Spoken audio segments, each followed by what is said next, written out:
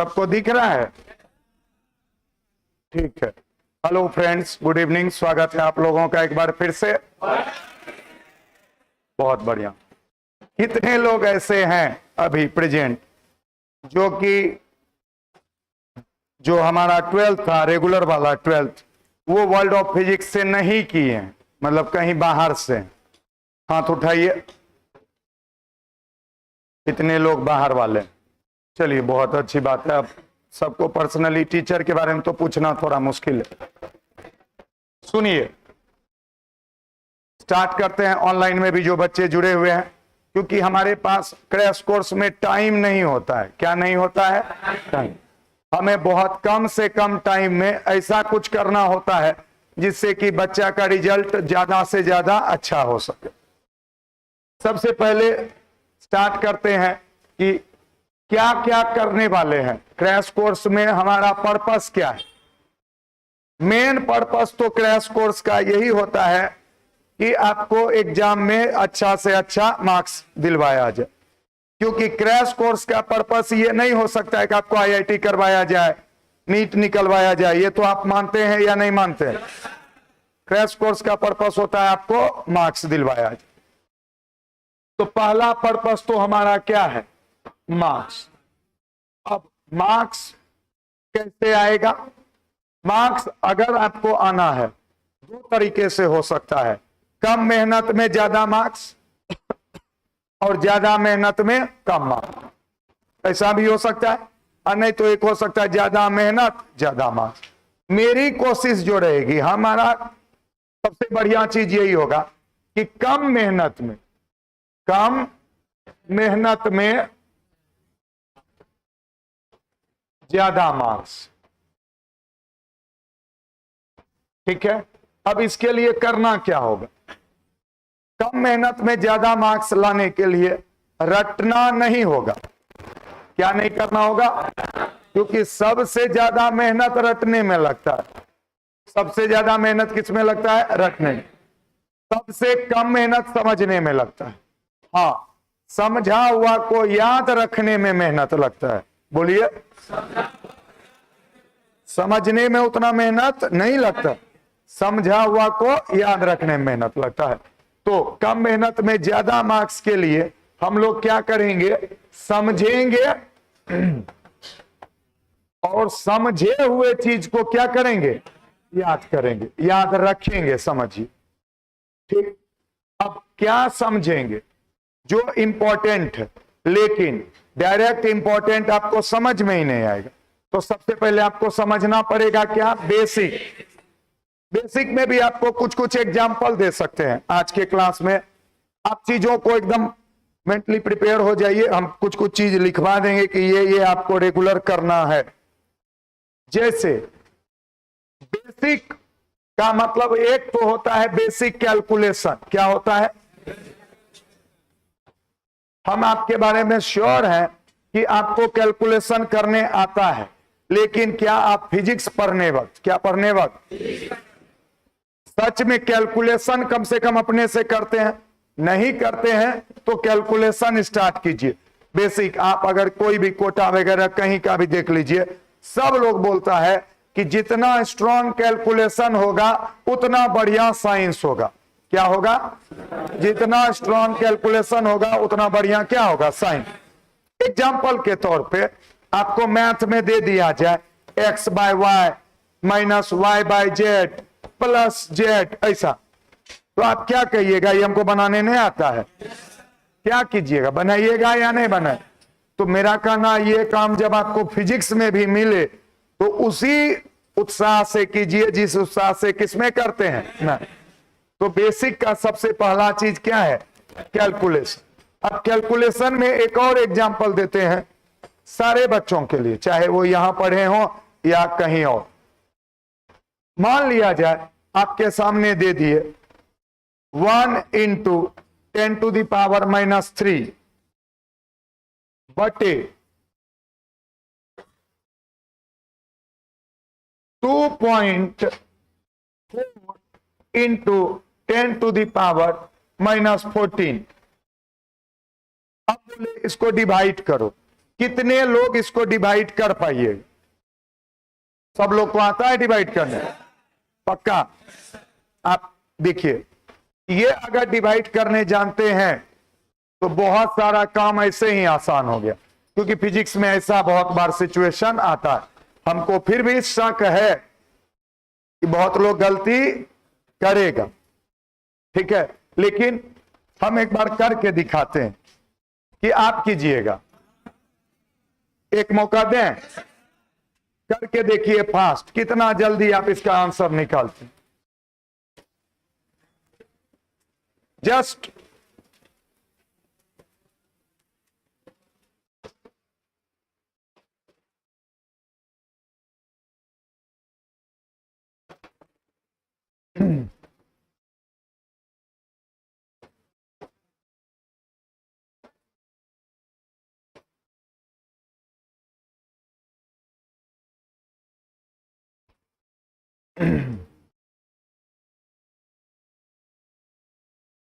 एकदम ईमानदारी से कंसंट्रेट करके फास्ट बनाना है।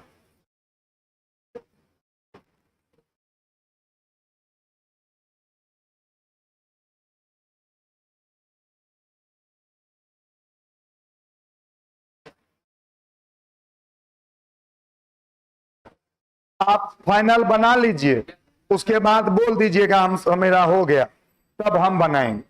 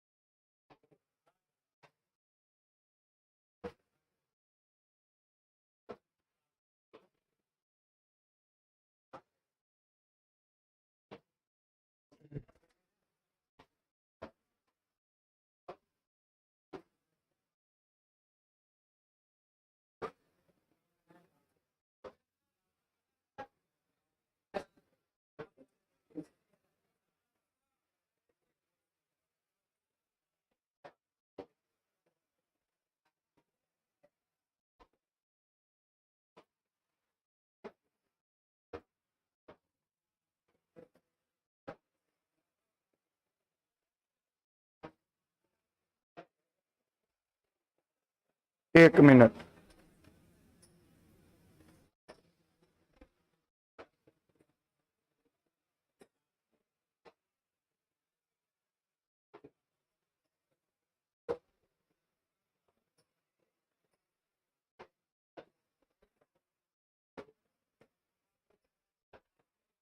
चलिए हो गया। कितने लोग बना पाए ईमानदारी से बोलिएगा। अब हाथ नीचे कीजिए, हम आंसर निकालते हैं, आप बताइएगा कि कितने आदमी का आंसर सही है। ठीक है, इसका होगा 1/2.4 10⁻³ इंटू 10⁻14, ये हो जाएगा 10⁻11। लेकिन उसको रहने दीजिए, अब पहले इसको कीजिए 10/24 10⁻11। अब एक 10 इधर ले लीजिए, 100/24 इंटू 10⁻10, 4 बार में कटाइए, 96 ही होना, फिर 4 बच गया एक बार में, फिर 16 बच गया 5 बार में, लगभग 10⁻10। कितने लोग का ये आया था? तो आप परसेंटेज देख लीजिए, कितने लोग इसको सॉल्व कर पाए। कारण क्या है हम बताते हैं। ऐसा नहीं है कि आपको सॉल्व करने नहीं आता, इसका सबसे बड़ा रीजन है कि आप कभी फाइनली अपने मन से सॉल्व करके कोई बुक का आंसर वगैरह मिलाए ही नहीं, तो आपको कभी पता ही नहीं चल पाया हमसे मिस्टेक कहां होता है, क्या गलती करते हैं, बुक में निकालना क्या होता है। अब सोचिए, हम आपको पूरा क्रैश कोर्स पढ़ा दिए, सब कुछ कर दिए, एक क्वेश्चन ऐसा था 2 मार्क्स का जिसमें ये भाग देना, और आप भाग नहीं दे पाए। हमको कैसे पता चलेगा कि बच्चा भाग नहीं देने जानता है? और आप एग्जाम में कुछ गलत आंसर निकाल के आ गए, डायरेक्ट क्या मिल गया? 0। तो इसीलिए हम सबसे पहला फोकस किस चीज पे किए? बेसिक। और बेसिक में भी क्या? कैलकुलेशन। सब एकदम दिमाग में अभी सेट कर लीजिए, कॉपी में लिख लीजिए कि अब से हमको बेसिक कैलकुलेशन अपने मन से करना है। आप विश्वास कीजिए 10 से 5 मतलब 15 दिन के अंदर, 10 + 5 15 दिन के अंदर आपको एक डिफरेंट लगने लगेगा पढ़ाई करने का तरीका। आपको अच्छा लगने लगेगा ना भाई हम भी कुछ कर सकते। जब तक आप दूसरे का देख करके उतारते रहेंगे तब तक आप बहुत होशियार तो नहीं हो पाएंगे। तो पहला बात आ गया हमारा क्या? बेसिक में कैलकुलेशन। अब आइए बेसिक में एक और चीज होता है वेक्टर। क्या होता है? 12th के बहुत सारे बच्चों को हमेशा से प्रॉब्लम रह जाता है किस चीज में? वेक्टर। तो पूरा मेहनत से थ्योरी वेरी पढ़ता है, जब डेरिवेशन की बात आती है तब उधर हो गया f cos theta, b cos theta, root under फलनवा। उसके बाद उसको लगता है अब हमसे इबला होगा नहीं, अब हमको इसको रटना है। ऐसा ऐसा बहुत सारा हो जाता है, अंत समय में लगता है आप कितना रटेंगे। तो वेक्टर कितने लोगों को आता है? चलिए सब लोग खाली हाथ उठाइएगा ईमानदारी से, 2 महीना ईमानदार रहिए, ठीक? जितना भी चीज जरूरत है ना आज ही सारा बात चर्चा करेंगे। बात समझ में आई? आप इस बात को ध्यान से सुन लीजिए। ये देखिए, ये एक वेक्टर है ए और ये वेक्टर है बी। अच्छा एक बात पूछे, बुरा नहीं मानिएगा, इसका आंसर कोई कौन कौन ऐसे स्टूडेंट है जो यहां के स्टूडेंट नहीं थे लेकिन फिर भी उनका आंसर करेक्ट निकला था? 1 2 और कोई? एकदम इसमें बुरा मानने की बात नहीं है। क्यों? क्योंकि यहां वाला छोड़वा को तो हम मार मार के पीट पीट के कुछ ना कुछ करके कुछ करवाते रहते हैं। ये बात है, आप पता कर लीजिए। मार्केट में भले गाली दे देगा लेकिन ये जरूर बोलेगा कि होमवर्क चेक करे छोरे भाई, पूछे छोरे भाई, अब्सेंट करे छो तो मारे छो पकड़ पकड़ कर। बात समझ? क्योंकि कुछ ना कुछ करते रहे कि तुम भाई सो मत, जगे रहो, ठीक है?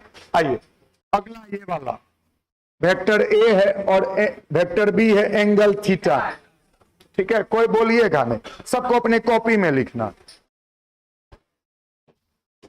इसके रिजल्टेंट का फॉर्मूला शांतिपूर्वक, कोई ज्यादा बोलिए मत, कोई तेज नहीं है कोई कमजोर नहीं। इसके रिजल्टेंट का फॉर्मूला सब लोग लिखिए। बाप रे कंट्रोल मजनू कंट्रोल।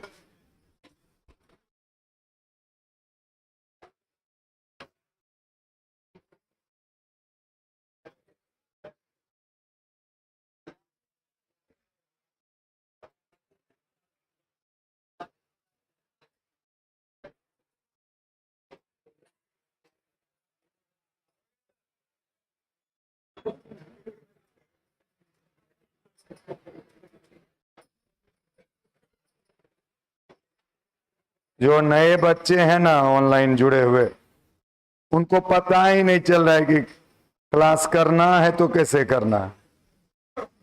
अब हमको टेंशन हो रहा है, बेचारा सब पैसा दे दिया है इंतजार कर रहा हूं, और छोड़वा सब इंतजार करता है तो मुंह चुप करके इंतजार नहीं करता है, देते भी नहीं रहता हल्का हल्का पैसा ले ले को बैठा दिन छो ओ भगवान, पता नहीं चल। ठीक है भाइयों, कोई बात नहीं है। जो आ गए हैं बहुत खुशी की बात है, जो नहीं भी आए हैं धीरे धीरे आज रात तक में सबको मैसेज कर करके समझा देंगे कैसे देखना। चलिए लिखे ईमानदारी साथ उठाए। कितने लोग लिखे? कितने लोग लिखे? अच्छा, कितने लोग ऐसे लिखे जो यहां के स्टूडेंट ने हैं, यहां के नहीं है? चलिए, बहुत अच्छी बात है। क्या लिखे बाबू? वेरी गुड, कम से कम इतना तो आप जानते हैं। अंडर रूट, आराम आराम से, ठीक, ये एक हुआ। क्लियर है? अब हम आपसे एक और पूछ लेते हैं, लगे हाथ। जब इसका रिजल्टेंट का डायग्राम बनाते हैं तो कैसे बनाते हैं? इसको उठा करके ए के हेड पर रखते हैं, ठीक है, और यहां से यहां मिला। यही है हमारा क्या? रिजल्ट। इसका बहुत यूज होता है कहां? इलेक्ट्रोस्टैटिक्स में। कहां और कहां? मैग्नेटिज्म में। और समझिए तो फिजिक्स का 4 ठो पार्ट है बड़ा बड़ा। एक इलेक्ट्रोस्टैटिक्स, एक मैग्नेटिज्म, एक ऑप्टिक्स, एक मॉडर्न। 4 टुकड़ा में फिजिक्स बटा हुआ। 4 टुकड़ा है समझिए। पहला, दूसरा, यानी कि एनसीईआरटी फर्स्ट पार्ट में शायद कोई टॉपिक ऐसा नहीं होगा जिसमें इसका उपयोग नहीं, कहीं ना कहीं होते रहते। धीरे धीरे बच्चा प्रैक्टिस में, हाँ ठीक है, लेकिन आपको एक काम आएगा। इस एंगल को कहते हैं अल्फा। अब ये भी फॉर्मूला लिखना है सब लोगों, बिना कुछ बोले। tan अल्फा बराबर, लिखिए, जिसको पता है लिखिए, जिसको नहीं पता है इंतजार कीजिए।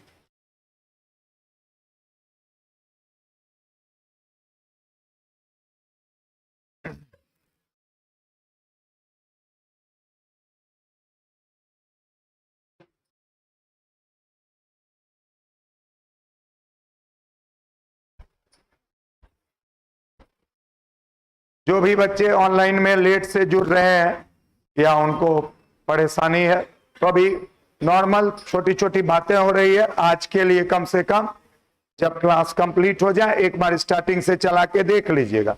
जब तक लगेगा कि हाँ इसके बाद तो हम देखे ही हैं, तो फिर छोड़ दीजिएगा।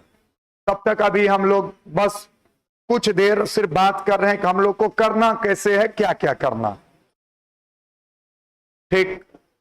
उसमें हम बात किए कि हम लोग को मेन फोकस करना है मार्क्स पे, कम से कम मेहनत में समझेंगे और उसके बाद उसको याद रखेंगे।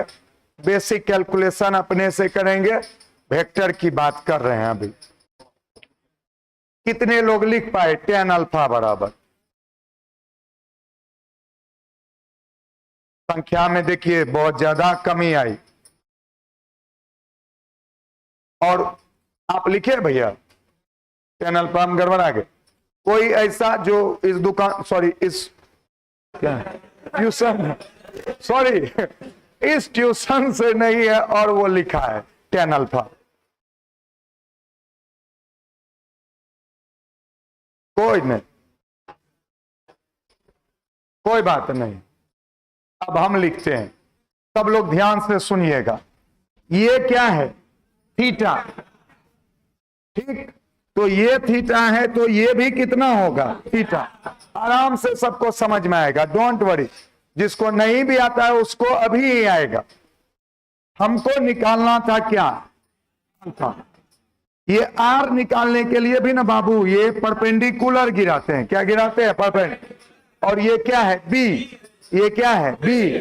तो ये जो चीज होता है ये हो जाता है बी कॉस थीटा, और ये वाला हो जाता है बी साइन।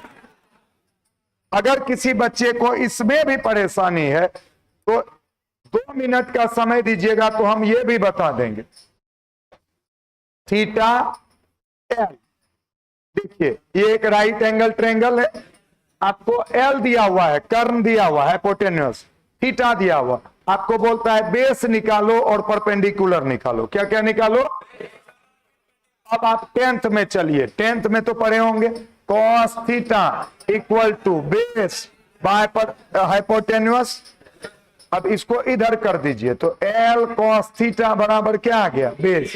बोलिए हाँ या ना?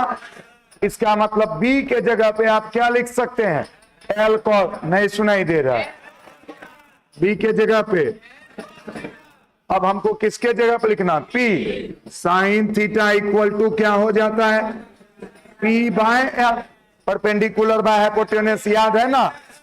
अब इसको इधर कर दीजिए, L sine theta equal to क्या हो गया, पी, तो यहां होगा एल साइन थीटा। क्या होगा, आज के बाद यह बात हमेशा याद रखिए।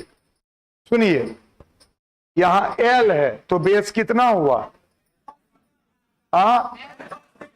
और परपेंडिकुलर पीछे वाले सब परपेंडिकुलर, पक्का। अगर यहां कुत्ता होता क्या, तब यहां क्या होता, कुत्ता, और यहां कोई दिक्कत, कुत्ता होगा नहीं, लेकिन होता तो होता। तो अब बोलो, यहां कुत्ता के जगह बी है, तो इतना दूर क्या हो जाएगा, बोलो, और ये क्या है बीच में, कोई तकलीफ। अब हमको tan अल्फा निकालना है, क्या निकालना है, तो इस ट्रायंगल में tan अल्फा बराबर परपेंडिकुलर बाय बेस होगा कि नहीं, तो tan अल्फा बराबर होगा b by a plus B cos theta. आई बात समझ में, याद आया, बहुत बढ़िया।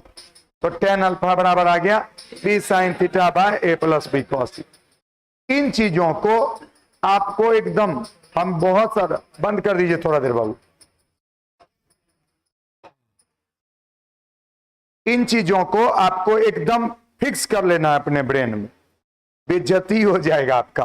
आप आईएससी पास कर गए, 80% मार्क्स है, और कोई आपसे पूछ दिया बताओ तो रिजल्टेंट का एंगल, उसके बाद आप इधर उधर देखने लगेगा ना, पक्का वो समझ जाएगा, और वो आपको भी गाली देगा, बयार बोर्ड को भी गाली देगा, और तुम बयार बोर्ड से ना, इसीलिए तुम्हारा ये हाल, खाली मार्क्स है, तुमको कुछ आता नहीं, बेइज्जती हो जाएगा। तो बेइज्जती से भी तो बचना है।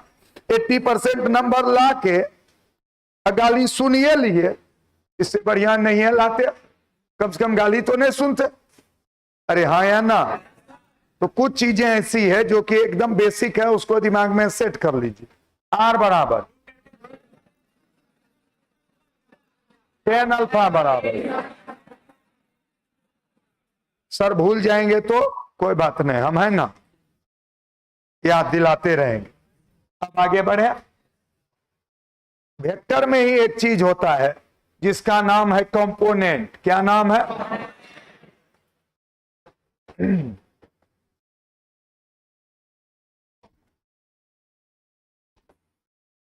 ध्यान दीजिए 1 मिनट और। ये है वेक्टर ए, ये है एक्स एक्सिस, वाई एक्सिस, और ये है एंगल थीटा। सबसे पहले तो सब लोग जो यहां के भी हैं बाहर भी हैं, वो एकदम समझिए कि हम कंपोनेंट की बात करते क्यों, क्योंकि हो सकता है आप लोग के भी दिमाग से निकला हुआ हो।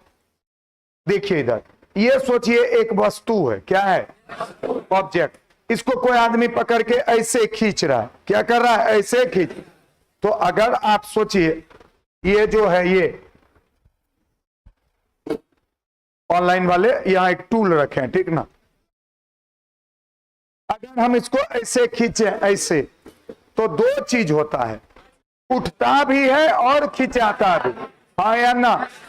यानी अगर एक वेक्टर का, बोलिए, दो काम हो रहा हो, कितना काम, दो, तब उसके लिए हमको क्या चाहिए, कंपोनेंट। क्या चाहिए, तो जब आप इसको ऐसे खींच रहे हैं तो ये एक्स में भी आगे बढ़ेगा, वाई में भी, हाँ या ना।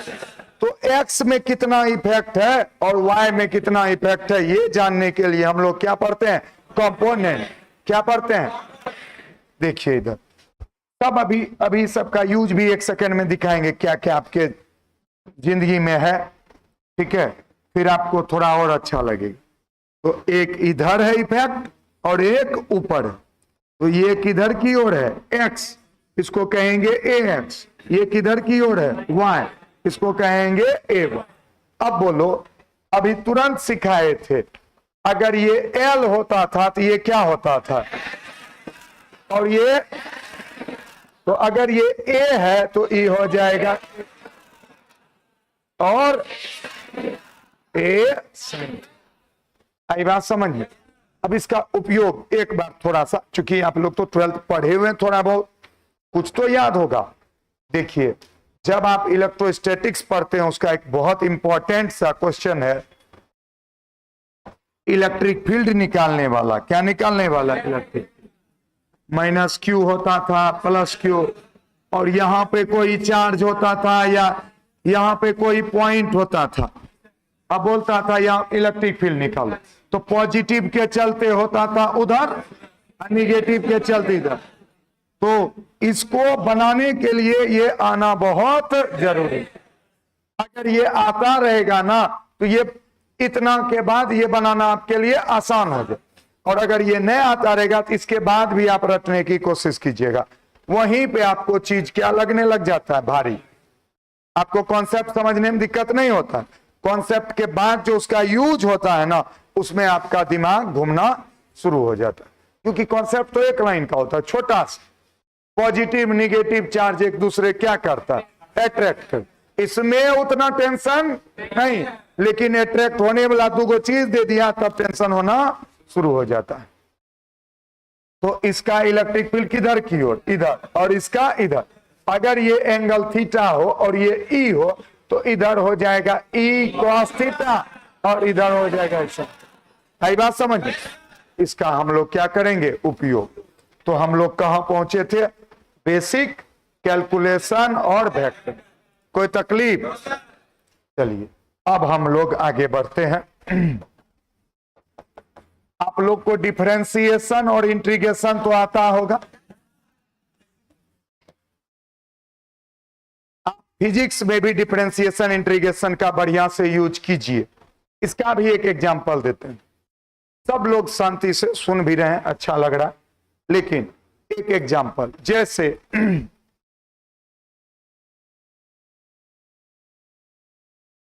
y बराबर आपको दे दिया जाए 2x²। अब कोई पूछे बताओ dy/dx,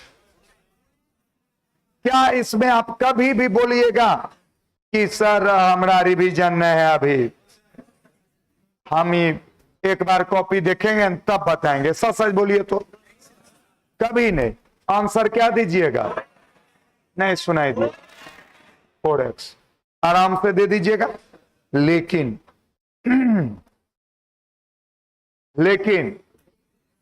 फिजिक्स में अब आपको क्वेश्चन दिए v बराबर कौन सी बराबर? ax + b। अब बोले बताओ इलेक्ट्रिक फील्ड कितना हो? हाँ हाँ, आप तो सुने तो वही है। क्योंकि आप अभी देखिए और थोड़ा बहुत सुने तो आपको आइडिया आ गया। यस, इसका आंसर क्या होगा? ए, लेकिन प्लस ए नहीं होगा, माइनस ए।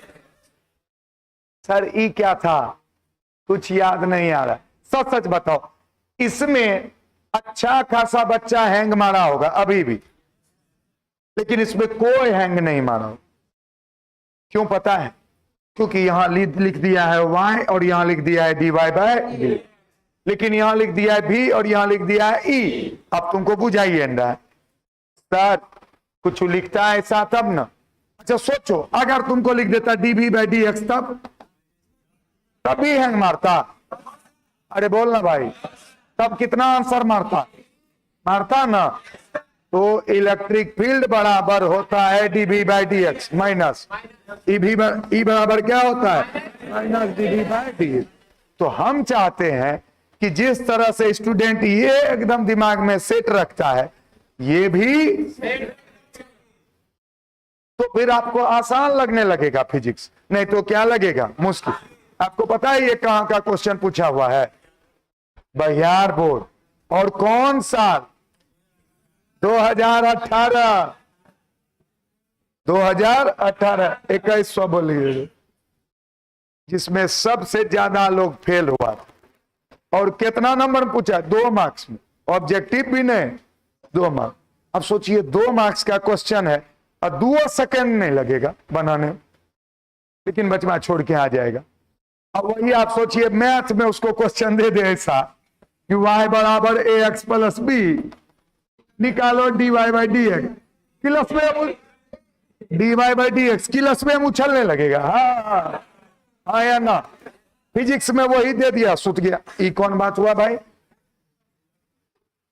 फिजिक्स के साथ ऐसा क्यों ना इंसाफी? तो हम लोग को क्या क्या डिफरेंशिएशन इंटीग्रेशन जब भी आपके सामने आए तो आप रिलैक्स फील कीजिए कि अरे क्या है, रोज तो बनाते हैं, फिजिक्स में भी बना देंगे, मैथ में बना सकते हैं, फिजिक्स में बनाने में क्या दिक्कत है? तो आशा करते हैं इतना चीज आप लोग को समझ में आया होगा, हाँ या ना?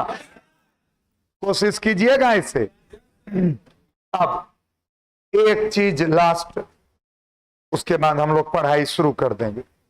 एक लास्ट, सारे बच्चे प्लीज आई रिक्वेस्ट रूटीन जरूर बना लीजिए। हम सबको बोलते हैं, रेगुलर बैच में भी आपसे भी बोल रहे हैं, चाहे आप आधा घंटा ही पढ़ने का क्यों ना बनाए, लेकिन प्लीज रूटीन बनाइए और रोज आधा घंटा पढ़िए। आधा घंटा में क्या होगा? तुमको चैलेंज के साथ कहते हैं लगभग 3 महीना में 10 दिन कम समय है ना, 80 दिन समय है ना। अगर तुम मेरा बात मान करके 80 दिन रोज आधा घंटा पढ़ लिया तो तुमको 80 से ज्यादा मार्क्स आएगा। कितना देर? सर जी जो 1 घंटा पढ़ेगा तब तो वो 160 मार्क्स खींच देगा।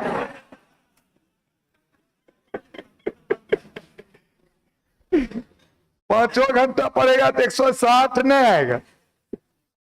समझ में आई? लेकिन आपको आधा आधा घंटा पढ़ के 80 आ जाए। सर एक दिन बीच में गैप मार दिए 70, एक के दिन में सर, हाँ एक दिन और मार दिए 60 और 2 दिन और मार दिए फेल। ठीक है, चलिए हो गया। अब शुरू करते हैं।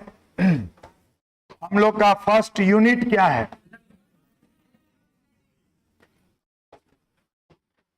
अभी जो पढ़ाने वाले हैं उससे ज्यादा इंपॉर्टेंट चीज अभी पढ़ा चुके हैं। प्लीज आप बात को मानिए। आपके मन में लगेगा कि नहीं वो इंपॉर्टेंट नहीं था, तो वही ज्यादा इंपॉर्टेंट था। अब थोड़ा कम इंपॉर्टेंट वाला चीज है।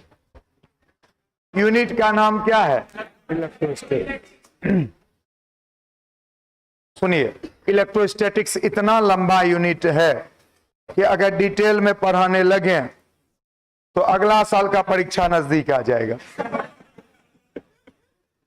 तो हम लोग को बहुत ही कम समय में एकदम पॉइंट टू पॉइंट पढ़ना, ठीक है। इलेक्ट्रोस्टैटिक्स का पहला चैप्टर है electric charge and Coulomb's law. क्या है? वैसे इलेक्ट्रिक फील्ड भी इसी में है। तो सबसे पहला चीज आपको आना चाहिए, चार्ज क्या है? क्या?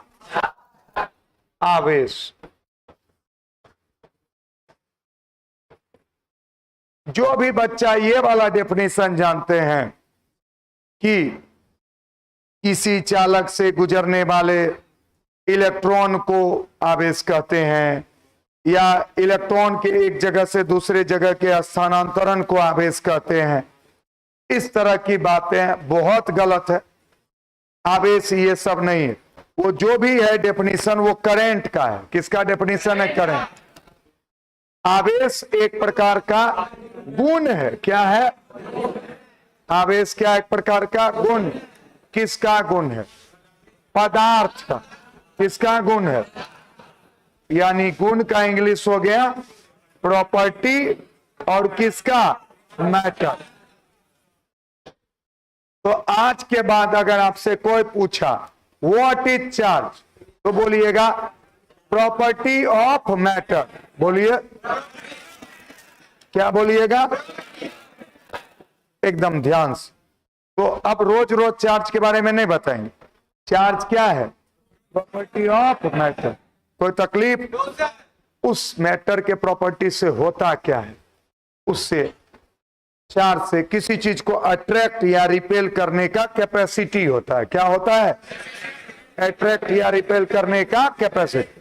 तो चार्ज वह प्रॉपर्टी है जो कि अपने चारों तरफ एक प्रभाव उत्पन्न करता है। क्या उत्पन्न करता है? एक प्रभाव। उस प्रभाव में कोई घुस गया तो उसको या तो खींच लेगा या तो धक्का मार। उस प्रभाव को कहते हैं विद्युत चुंबकीय प्रभाव। क्या कहते हैं? तो आवेश पदार्थ का वह गुण है जो विद्युत चुंबकीय प्रभाव उत्पन्न करता। बोलिए।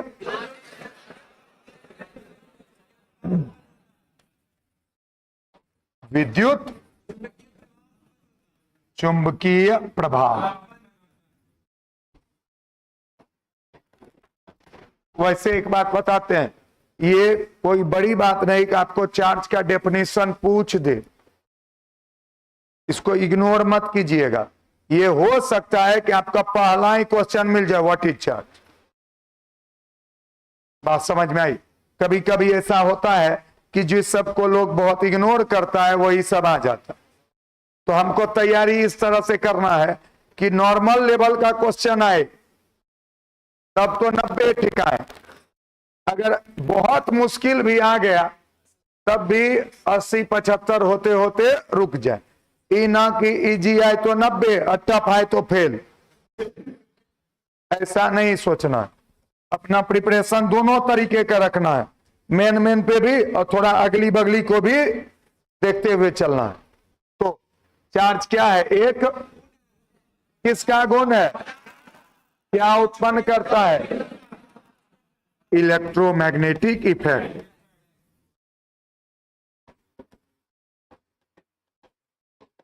तो आशा करते हैं आपको चार्ज याद रहेगा कि नहीं रहेगा। हम डेफिनेशन लिख के नहीं दिए, हम 3 वर्ड याद रखने दिए। कौन सी? प्रॉपर्टी, मैटर और। तो आवेश क्या है? पदार्थ का वह गुण है जो विद्युत चुंबकीय प्रभाव उत्पन्न। क्लियर? कितना टाइप का होता है? 2, पॉजिटिव, निगेटिव। ये तो आप जानते ही हैं। चार्ज कितना टाइप का होता है? 2। ठीक है। पॉजिटिव निगेटिव क्या है? ये माना हुआ साइन है। क्या है? ऐसा कुछ नहीं कि आपके इलेक्ट्रॉन के माथा पे चिपकाया हुआ ऐसे, प्रोटॉन के माथा पे प्लस, ऐसा कुछ नहीं है। दोनों का नेचर अलग है। दोनों का नेचर क्या है? अलग, एक दूसरे के अपोजिट। तो एक को दे दिया निगेटिव, एक को दे दिया पॉजिटिव। कोई तकलीफ? मैटर में कौन कौन सा पार्टिकल है जिसके पास चार्ज रहता है? चार्ज रहता है किसके पास? इलेक्ट्रॉन के पास, प्रोटॉन के पास। न्यूट्रॉन के पास कोई चार्ज 0। इस पे आता है -1.6।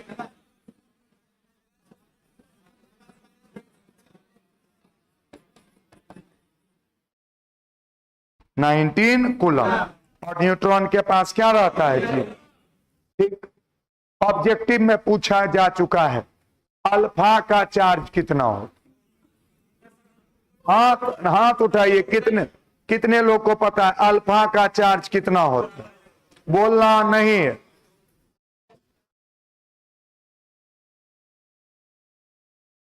कोई ऐसा जो दूसरे दुकान से हो, उसको आता हो? फिर से हम बोल रहे हैं, प्लीज इस बात को बुरे से मत लीजिएगा। कुछ चीज हम जानने की कोशिश कर रहे हैं, उसमें ये सवाल हम पूछते हैं। हम एक्चुअल में जानने की कोशिश कर रहे हैं कि क्या है अभी सिचुएशन। बात समझ में आई? इसमें कोई खराबी नहीं। हम जिस काम के लिए हैं, अगर हम डॉक्टर हैं तो हमको ये जानने का हक है कि डेंगू फैला है तो किस लेवल का फैला है। एज ए डॉक्टर हमको ये, अरे बोलो ना भाई, ये तो बहुत गलत बात नहीं हो गया। डॉक्टर है, हम जानने की कोशिश करें कि क्या हाल है डेंगू का, उस हिसाब से इलाज भी शुरू होगा। अल्फा का चार्ज होता है। अच्छा, कौन कौन जानता था? ये मत समझिएगा कि जो यहां पढ़ता है वो सब जानिए रहा है। हाँ, और 7 बार बता चुके हैं, तो यो नहीं है जान रहा। ठीक है, तो जिसको नहीं जानना वो नहीं है जानता है। सर अभी बताइएगा तब भी हो सकता है नहीं है जाने। ठीक है, सुनो, अल्फा जो होता है, सुनते जाइए। अब चूंकि अल्फा का चार्ज पूछेगा, इसका काम आएगा लास्ट में भी, मॉडर्न में भी, लेकिन आपको ऑब्जेक्टिव रहेगा इलेक्ट्रोस्टैटिक्स के नाम पे। किसके नाम पे? तो अल्फा में जानते हो बाबू, 2 ठो प्रोटॉन होता है और 2 ठो न्यूट्रॉन।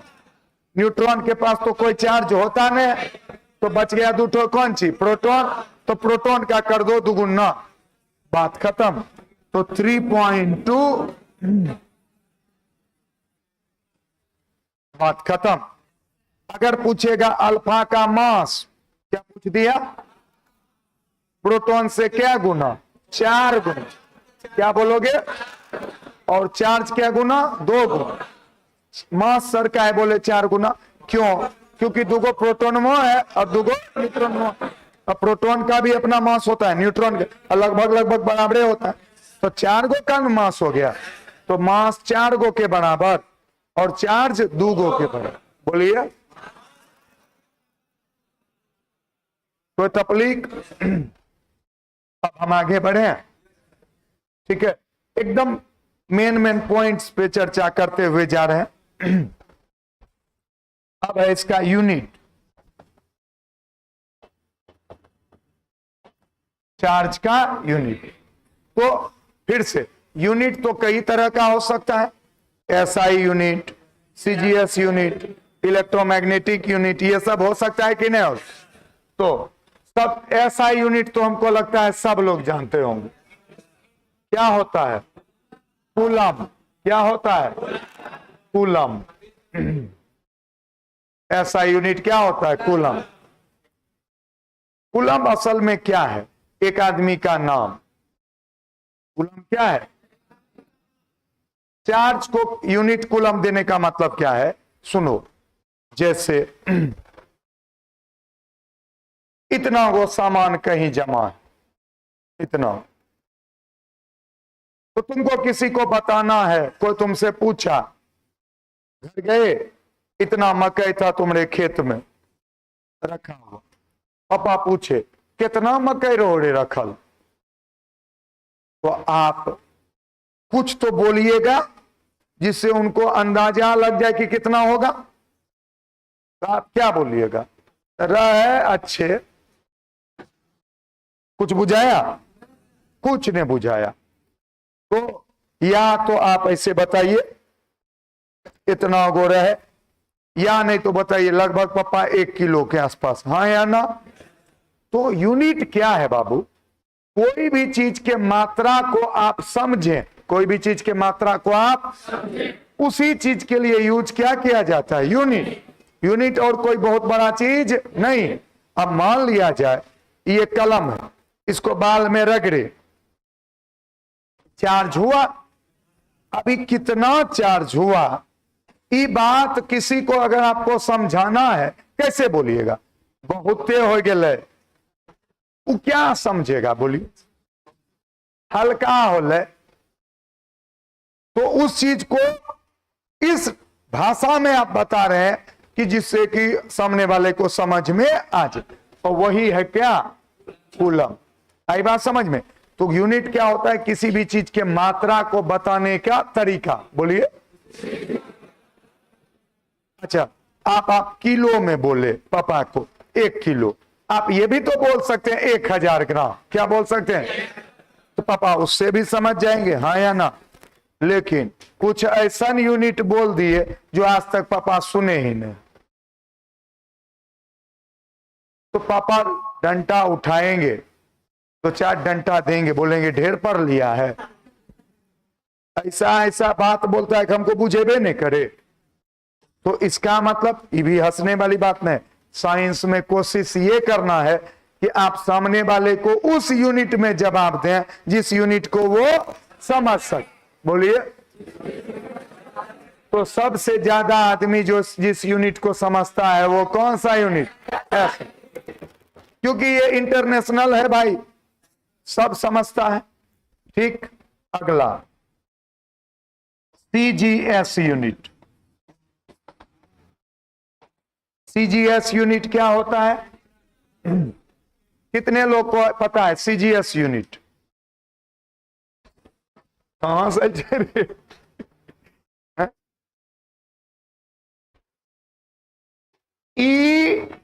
ESU बोलिए। सीजीएस यूनिट का नाम ESU भी, इसी को एक और नाम दिया गया है, स्टेट कूलम। बोलो, फिर से बोलो। देखो, आप अपना जो भी कॉपी है वो पढ़िएगा जरूर, लेकिन हम जो क्रैश कोर्स में लिखा देंगे उसको तो पूरा दिमाग में सेट करके ही जाइएगा एग्जाम। हम ये नहीं बोलते आप अपना कॉपी नहीं पढ़िए, सब कुछ पढ़िए, कॉपी किताब जो आपका इच्छा है, आप स्वतंत्र हैं, लेकिन कम से कम इतना पढ़ के जरूर जाइएगा, प्लीज, आई रिक्वेस्ट। तो सीजीएस यूनिट का नाम क्या है? और दूसरा स्टेट, STAT, स्टेट। बोलिए, स्टेट कूलम। ठीक है, अब ये है कूलम और ये है स्टेट। तो भैया दोनों बराबरे तो नहीं होगा, कुछ तो होगा दोनों के बीच संबंध। जैसे किलोग्राम और ग्राम, तो 1 किलोग्राम बराबर कितना ग्राम? 1000। अरे हाँ या ना? तो इस दोनों में कौन बड़ा आपको लग रहा है? ठीक, तो सुन लो बाबू, 1 कूलम्ब जो होता है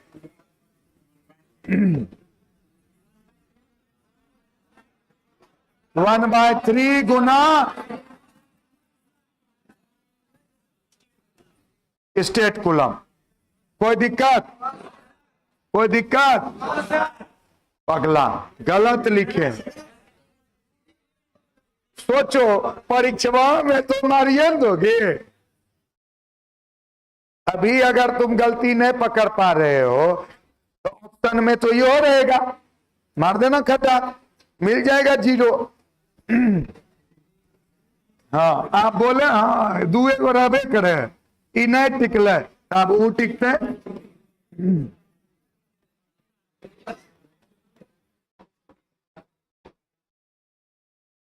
एक कूलम बराबर कितना? सुनो ध्यान से, जैसे 1 किलो बराबर 1000 ग्राम होता है ना, उसी तरह 1 कूलम बराबर 3 अरब स्टेट कूलम। कितना? नहीं हो याद रहेगा, 3 गुना 10 पर पावर 9। मेरा वाला ट्रिक याद रखो, कितना? 3 अरब। बात खत्म। ठीक है, अरब को लिख लो, उसके बाद सोरिया लो, आ जाएगा कितना। तब सर ऊ वाला, ऊ क्या था? ऊ था 1 स्टेट कूलम, 1/3। असल में ये क्या है? ये है 1 कूलम्ब का, देखो ना, 1 कूलम्ब का 3 गुना 10 पर पावर 9वां भाग, यानी 1 कूलम्ब को 3 अरब टुकड़ी टुकड़ी बुकनी बुकनी कर देंगे तो जो छोटकी बुकनी मिलेगा वही है स्टेट कूलम। वही क्या है? 1 कूलम्ब ले लिए, बुकनी बुकनी, और जो छोटकी बुकनी मिला वो है क्या है? State coulomb. मिस्टेक नहीं करना। आगे बढ़े, बढ़े कि नहीं बढ़े? ठीक, अब इस पे भी बेस्ट एक क्वेश्चन आता है, सब बताते चले जाते हैं बाबू। ठीक है, हम आशा कर रहे हैं कि आपको बुझा रहा है, किसी को दिक्कत होगा तो बोलिएगा। इबला कितने लोग को समझ में आया? सही से बताइए। इबला पक्का ना?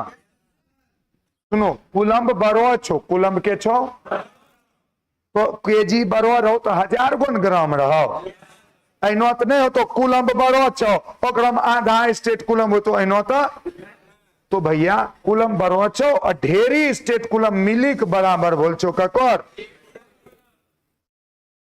अब आइए, क्वेश्चन इस पे based, charge of electron in ESU। अभी तक जितना पढ़ा रहे हैं ना, उसमें आपका 5-7 ऑब्जेक्टिव हो चुका है। आप जाइए क्वेश्चन बैंक, इतने को जितना पढ़ा है ना, उस पे आधारित क्वेश्चन बैंक देखिएगा तो 5-7 को आपको ऑब्जेक्टिव मिल जाएगा। ठीक है, तो charge of electron in ESU।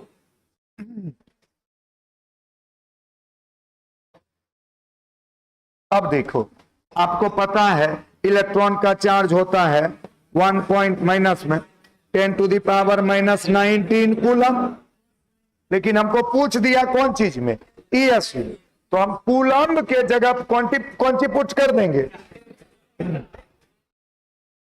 यहां 6 कूलम, यहां भी 6 कूलम, 1 कूलम के मतलब इतना हुआ, इसको उठा के यहां पुट कर दें, तो -1.6 10⁻⁻19 और 3 × 10⁻9 स्टैट कूलम, या इसी को लिख दोगे कौन सी, ESU। ESU का फुल फॉर्म होता है इलेक्ट्रोस्टैटिक यूनिट। बोलिए, टफ बात नहीं।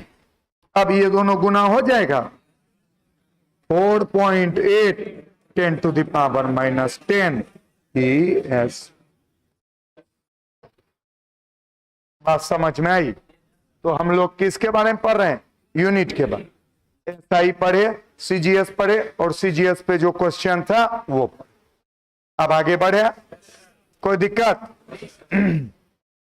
आप बोलिएगा सर छापेंगे कब? दिया जाएगा मौका, और नहीं तो फोटो भी हो सकता है और PDF भी हो सकता है, लेकिन PDF सबको भेजा कैसे जाएगा, टेलीग्राम। ठीक है, आज भर इसको फोटो या लिख लीजिएगा, कल हम सोच के बताएंगे, क्योंकि बहुत सारा चैनल है, एक कोई चैनल आपको टेलीग्राम का बता देंगे और उस चैनल पे हम डाल दिया करेंगे, कोई दिक्कत? लेकिन फिर भी हमारा मन है कि आपका कॉपी में कम से कम सब बहुत शॉर्ट में सब जल्दी जल्दी लिखा हुआ होना चाहिए। ऐसा ना हो कि फिर PDF में ही रखा रह जाए और लास्ट में फिर लगे हाय रे बाप, लिखे भी नहीं। अगला EMU, एब कूलम।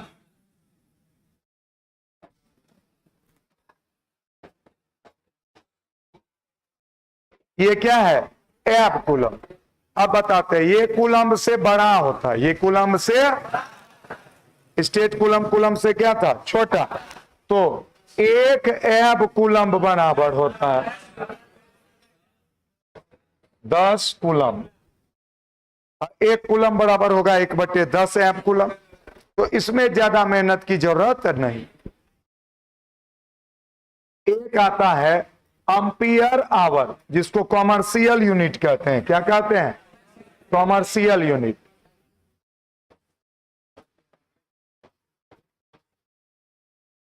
ठीक, एम्पियर आवर। अब इसको समझने के लिए पहले आप समझिए यहां कि अगर 1 एम्पियर करंट कितना, 1 सेकेंड तक, कितना सेकेंड तक फ्लो करता है, तो जो चार्ज जमा होता है वही है कितना, 1 कूलम। क्या है सर, ये कहां से आया? सुनो, चूंकि आप पढ़े थे I बराबर Q/T, तो Q बराबर क्या होगा, I गुना T। I कितना, 1 एम्पियर गुना 1 सेकेंड, वो किसके बराबर होगा, 1 कूलम। तो 1 कूलम बराबर होगा 1 एम्पियर सेकेंड। बोलिए, तो इसको भी यही एक लिख देते हैं, कूलम का दूसरा नाम क्या है, एम्पियर सेकेंड। ये भी ऑब्जेक्टिव में पूछा गया, पता है। चार्ज का यूनिट पूछ दिया, ऑप्शन में ना कूलम दिया ना स्टेट कूलम, एम्पियर सेकंड दे दिया, बचबा खोज रहा है, कूलम्बा मिले नहीं छु, कहाँ चल गए, आंसर क्या होगा? एम्पियर। ठीक, तो 1 कूलम बराबर 1 एम्पियर, इसका मतलब 1 सेकंड तक जाएगा तब हुआ 1 कूलम। अब 1 घंटा तक जाएगा, हाँ हाँ, तो ये क्या हुआ? 1 एम्पियर जा रहा है, 1 एम्पियर जा रहा है, कितना देर के लिए? यानी 3600 सेकेंड के लिए, यानी यहां कितना जमा होगा? 3600 कूलम। तो 1 एम्पियर आर बराबर कितना होता है? और एक लास्ट यूनिट है फैराडे, जिसको कहते हैं केमिकल यूनिट, इसको कहते हैं केमिकल यूनिट। 96,000। ठीक है, तो ये हम लोग किसके बारे में पढ़े? यूनिट के बारे में। किसके बारे में पढ़े? तो हम लोग चार्ज का डेफिनेशन पढ़े, चार्ज का यूनिट पढ़े, एक दूसरे को बदलने का तरीका पढ़े। ठीक है, आपको एक क्वेश्चन अभी दिया जा रहा है। क्या दिया जा रहा है? एक क्वेश्चन। सब लोग इसको बनाएंगे पहले, तब हम आगे बढ़ेंगे। 6 माइक्रोकूलम इक्वल टू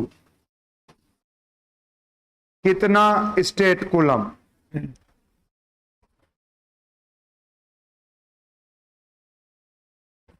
हेलो,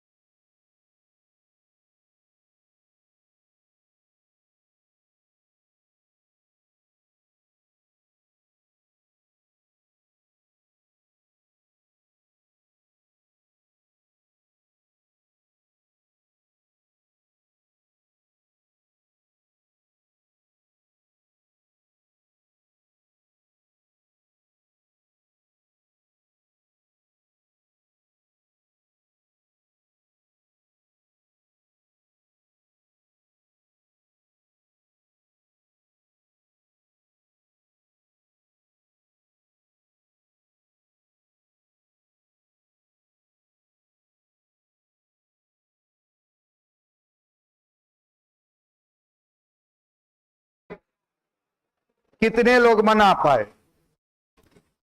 चलिए, बहुत बढ़िया।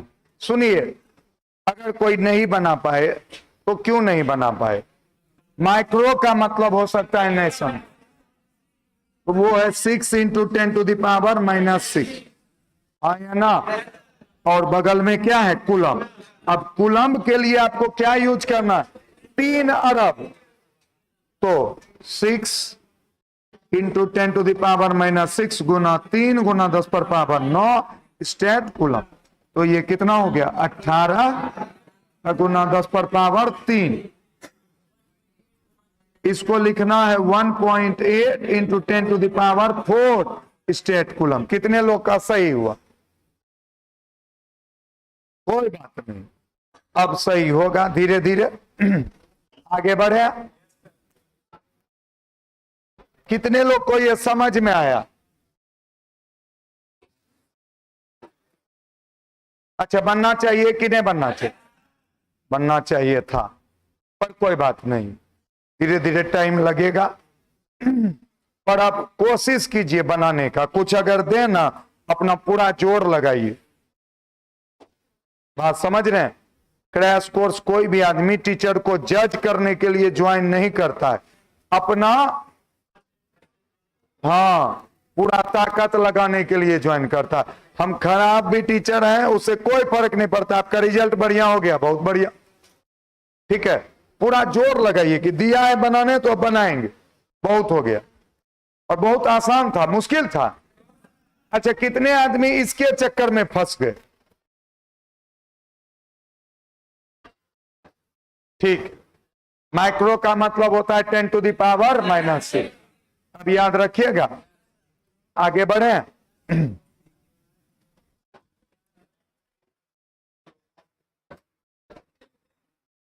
आगे बढ़ते हैं। अगला जो टॉपिक है उसका नाम है प्रॉपर्टीज ऑफ चार्ज। क्या नाम है?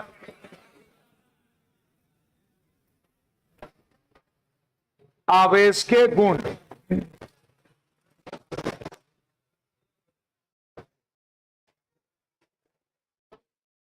सुनिए ध्यान पूर्वक, है तो बहुत सारा चीज, एडीटी प्रॉपर्टी, ट्रांसफर होने का प्रॉपर्टी। चार्ज क्या होता है, एक एक मिनट में बोलते जाते हैं। चार्ज के पास एडीटी प्रॉपर्टी होता है। एडीटी मतलब जितना दीजिए सब जुड़ जाएगा, ये हुआ एडीटी प्रॉपर्टी, जुड़ने का गुण। ठीक, चार्ज के पास ट्रांसफर होने का गुण होता है, एक से दूसरे। ठीक, लेकिन हमको इस दोनों गुण से कोई लेना देना भी नहीं। हमको जिस दो गुण से लेना देना है, हम डायरेक्ट उस गुण पे चलेंगे। ये भी एक नजर बता दिए, लेकिन मेन जो हम लोग चलेंगे, एक कंजर्वेशन ऑफ चार्ज। क्या?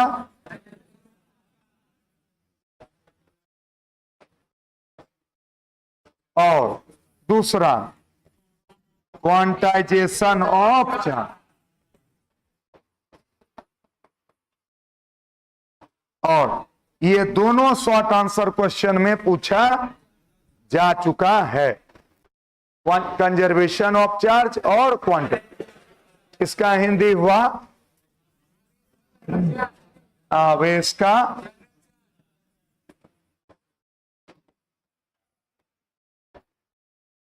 और इसका हिंदी हुआ आवेश का क्वांटीकरण।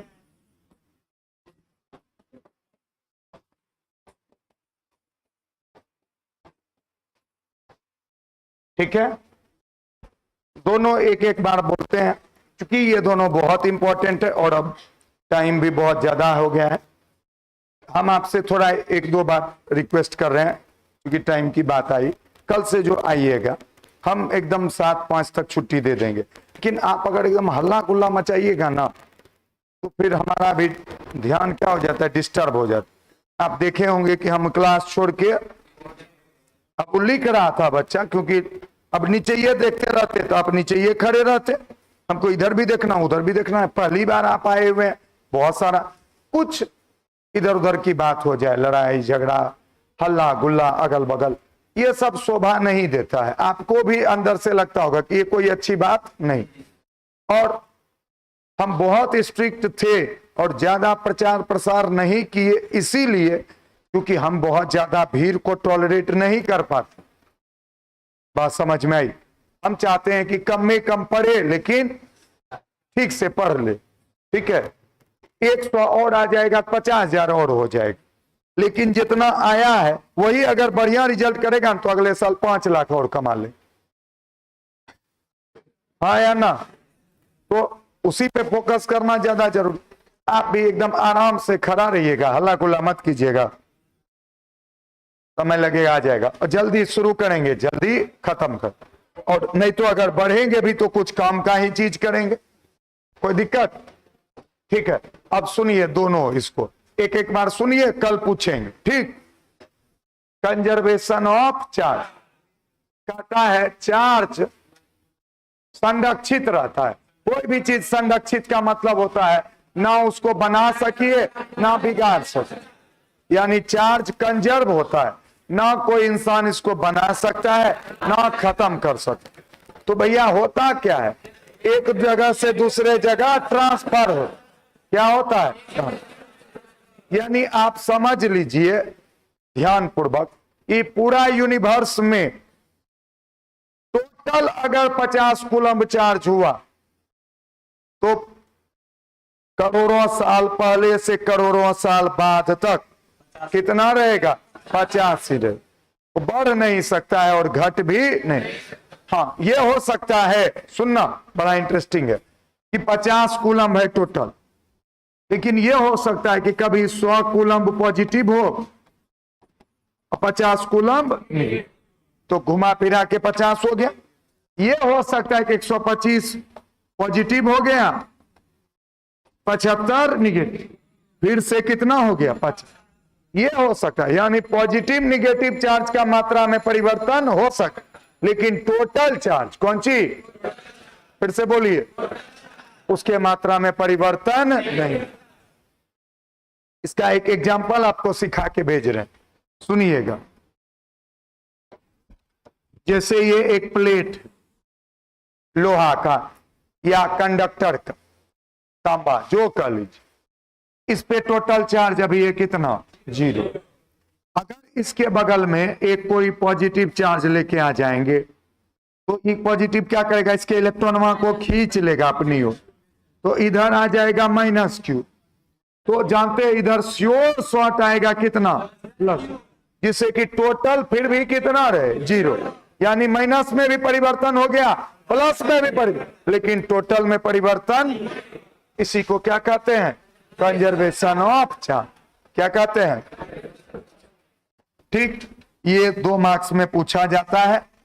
इसमें एक छोटा सा चिपका दिया जाता है क्वेश्चन, सुन लीजिए, फिर कल बोल देंगे कि चार्जिंग बाय फ्रिक्शन यानी घर्षण के द्वारा आवेश, कल इस सब पे चर्चा भी करेंगे, फास्ट थोड़ा। घर्षण के द्वारा आवेशन कंजर्वेशन ऑफ चार्ज का एग्जाम्पल है, कैसे, यानी charging by friction is an example of conservation of charge, how. तो सुनिए, आप उसमें क्या बोलिएगा कि जैसे हम कोई कलम लिए, ये पहले है 0 चार्ज, न्यूट्रल, मेरा बाल भी क्या है, न्यूट्रल। जब हम रगड़े तो कलम हो गया पॉजिटिव, अगर तो बाल हो गया निगेटिव। तो टोटल पहले भी 0 था, टोटल अभी भी क्या है, 0। तो चार्ज क्या हुआ, कंजर्व। भले मेरा कलम चार्ज हो गया कि नहीं हो, लेकिन पूरा सिस्टम क्या रहा, 0। पूरा सिस्टम क्या रहा। कितने आदमी को ये बात समझ में आया, सच सच बोलिए, पक्का। तो इस तरह का थोड़ा थोड़ा सटा देता है कि 2 लाइन लिख दीजिए, एक लाइन में आपको मार्क्स देगा कि कंजर्वेशन ऑफ चार्ज क्या है, और दूसरे लाइन में मार्क्स देगा, दूसरा मार्क्स देगा कि कैसे इसको प्रूफ कीजिए कि चार्जिंग बाय फ्रिक्शन भी कंजर्वेशन ऑफ चार्ज का एग्जांपल है। तो एक एक 2। आइए, quantization of charge, last. Quantization of charge का मेन बात समझिए कि आप साधारणतया क्या, इलेक्ट्रॉन को तोड़ नहीं सकते, क्या नहीं कर सकते, और ट्रांसफर भी करेगा इलेक्ट्रॉन, ट्रांसफर भी क्या करे, यानी कुछ भी कर लीजिए, कोई भी वस्तु पे अगर कहीं से चार्ज का व्यवस्था कर रहे हैं तो या तो 1 इलेक्ट्रॉन लाइएगा, या तो 2 लाइएगा, या तो 10 लाइएगा, सारे 10 इलेक्ट्रॉन लाना संभव नहीं। यानी चाहे यह वस्तु कैसा भी हो और चाहे आपका तरीका कैसा भी हो, लेकिन चार्ज जो होगा पूर्णांक संख्या में होगा। किस में होगा, किसके पूर्णांक में, इलेक्ट्रॉन के पूर्णांक में। किसके पूर्णांक, यानी n गुना e, क्या, तो Q बराबर क्या हो गया। अब अगर इलेक्ट्रॉन आया तो माइनस, और अगर इलेक्ट्रॉन गया प्लस, तो Q बराबर प्लस माइनस n, या तो 1 आएगा, 2 आएगा, 5 आएगा, 50 आएगा, n आएगा, सारे n नहीं।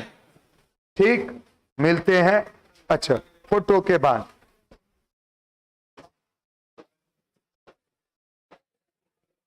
यहां से ही लीजिए, बात तो सबकी है, ठीक है।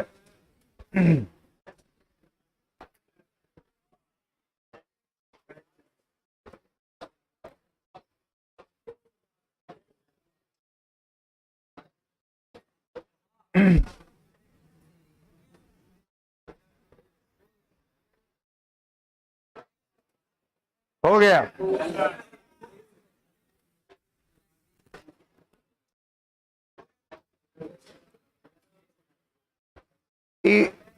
इसको हटाते हैं, ये तो ऐसे एग्जाम्पल था।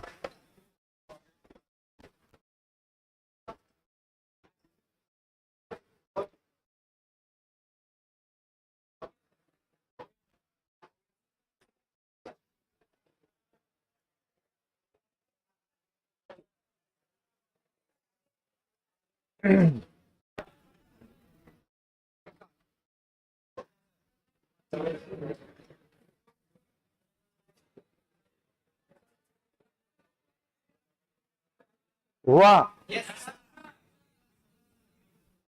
बस एक दो पेज तो लेना, हड़बड़ाइए नहीं।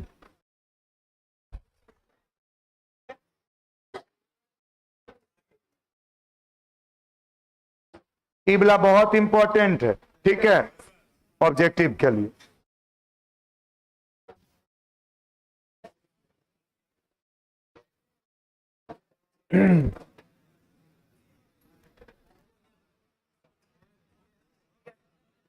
आगे बढ़े।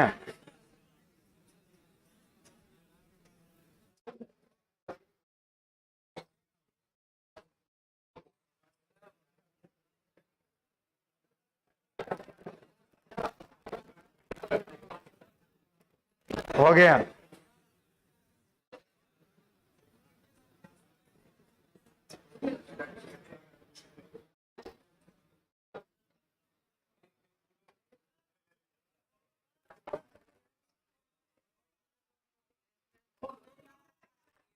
क्या फोटो नहीं आ रहा? आज भर कष्ट कर लीजिए, थोड़ा आगे हट ले लीजिए। कल से जो बोलिएगा लिखने के लिए तो लिखवा देंगे, नहीं तो पीडीएफ भेज देंगे। बोलबेन किया आज भर का बात, कल से व्यवस्था हो। हमको पीडीएफ ऐसे बनाना ही है, हम भेज देंगे। चलिए अब सुनिए सब लोग, ऑनलाइन वाले भी दिख रहे हैं, हम ही हैं। सुनिए, आज जैसे हम बताए जितना भी थ्योरिटिकल चीज होगा या समझाने वाला वो हम इसी तरह बता देंगे, लेकिन जो डेरिवेशन होगा अभी हम बोल दे रहे हैं, जो डेरिवेशन होगा वो पहले डेरिवेशन हम सिखाएंगे, फिर क्लास में ही करवाएंगे। ये बात आप एकदम सोच समझ के बैठिए। हटा देंगे जो पढ़ाए उसको, हटा के क्लास में ही करवाएंगे, तब भेजेंगे, ठीक है? तो आप मेंटली प्रिपेयर होके आइए, ठीक है? मिलते हैं अगले क्लास में, बाय।